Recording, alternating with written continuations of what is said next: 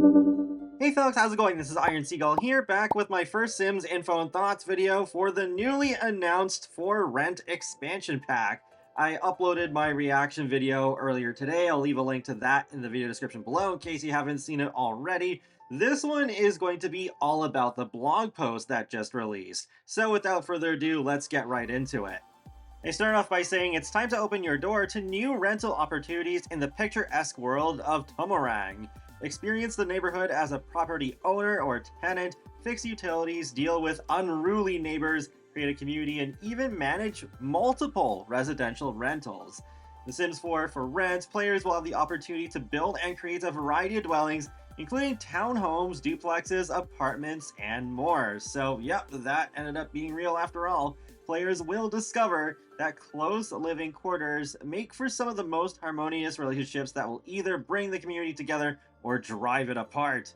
Now, enter the door and get ready to discover the drama at your doorstep.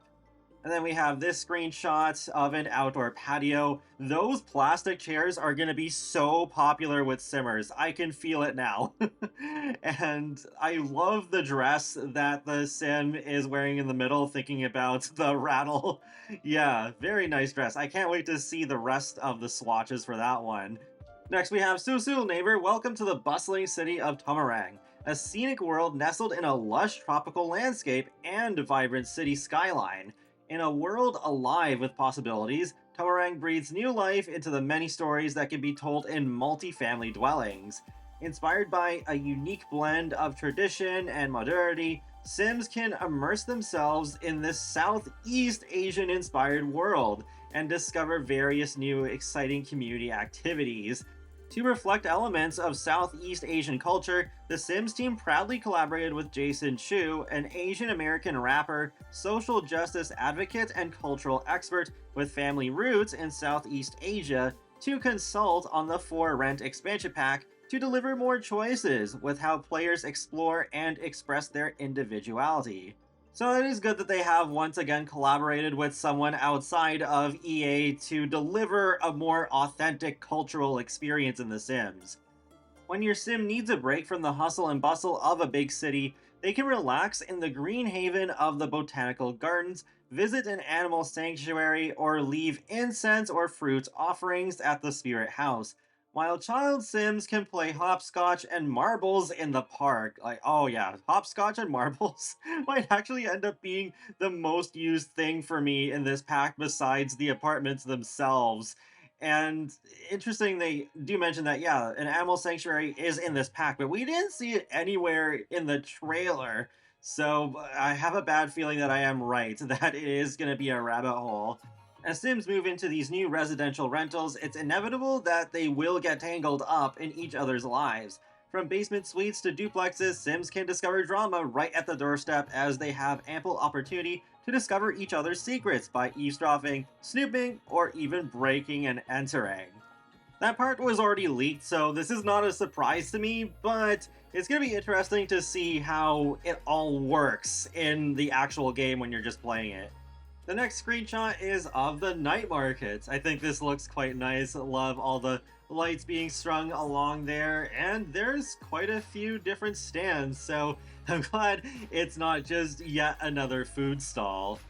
I'm a little intrigued about that building on stilts over the water because I thought it was just a decorative building, but you can see inside a little bit, and with the shell buildings, normally the windows you just can't see through at all, so it's giving me hope.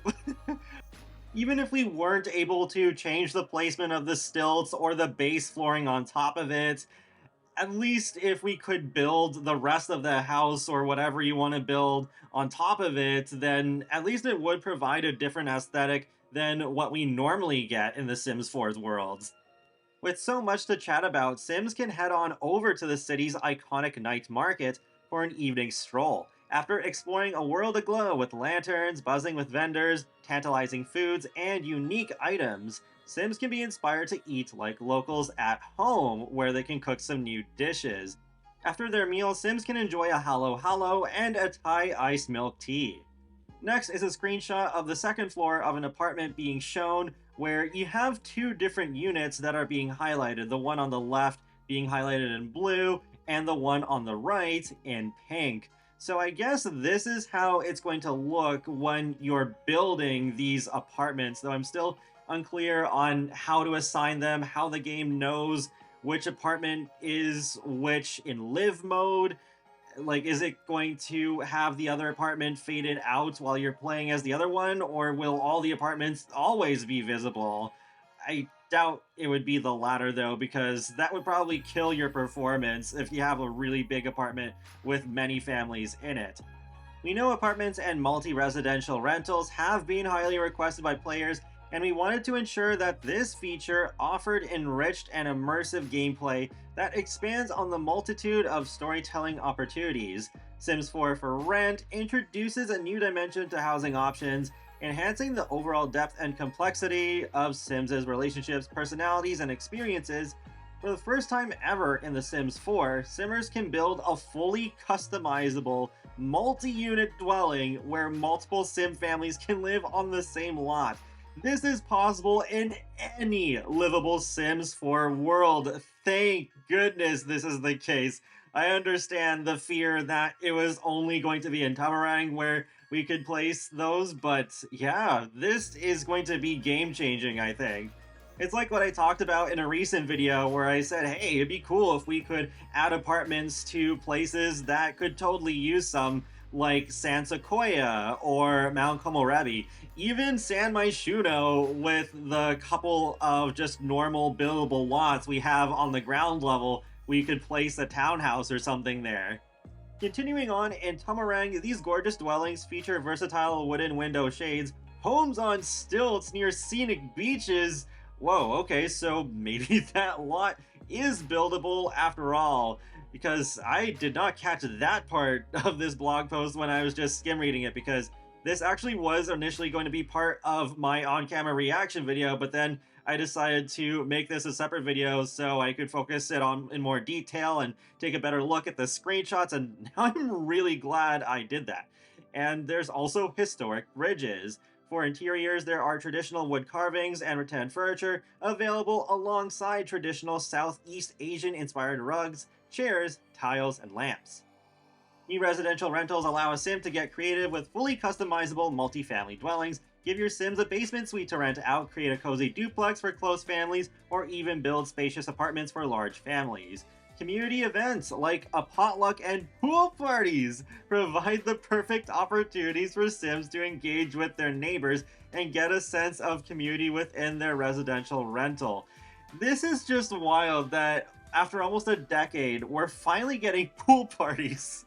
I mean, yeah, pools were not included with The Sims 4 when it first launched, but it didn't take that long to get them. It was only like 2 or so months after, so it's still just so weird to me that it's taken this long. I mean, we even got that pool venue lot type with Get Together, so it would have made sense back then too, but wow. But I guess this might be, well, hopefully it's both one that we can organize ourselves, but also ones that can happen autonomously within these residential rentals. Next, we have this screenshot. So I guess what's going on here is that we have the landlord on the left with this other Sim who's like, sorry, my bill's being paid late, here you go. And then on the right, we have a Sim just checking the mail, and there's a new gnome! I guess this is representing this death by mold that seems to be in the pack.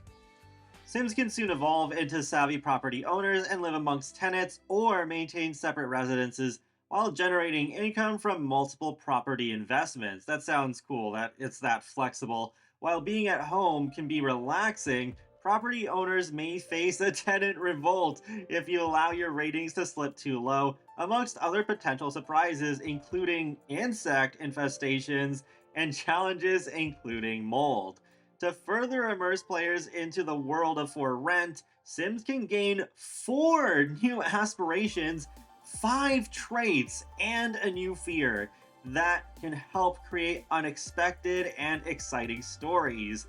Tenants can experience evictions, and as a result, fears now include a tenant being afraid of being evicted due to misbehavior. But don't worry, you can always give someone a second chance.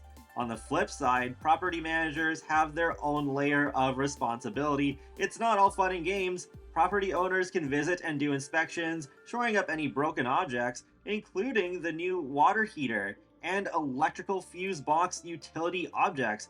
No tenant is going to want cold water or flickering lights.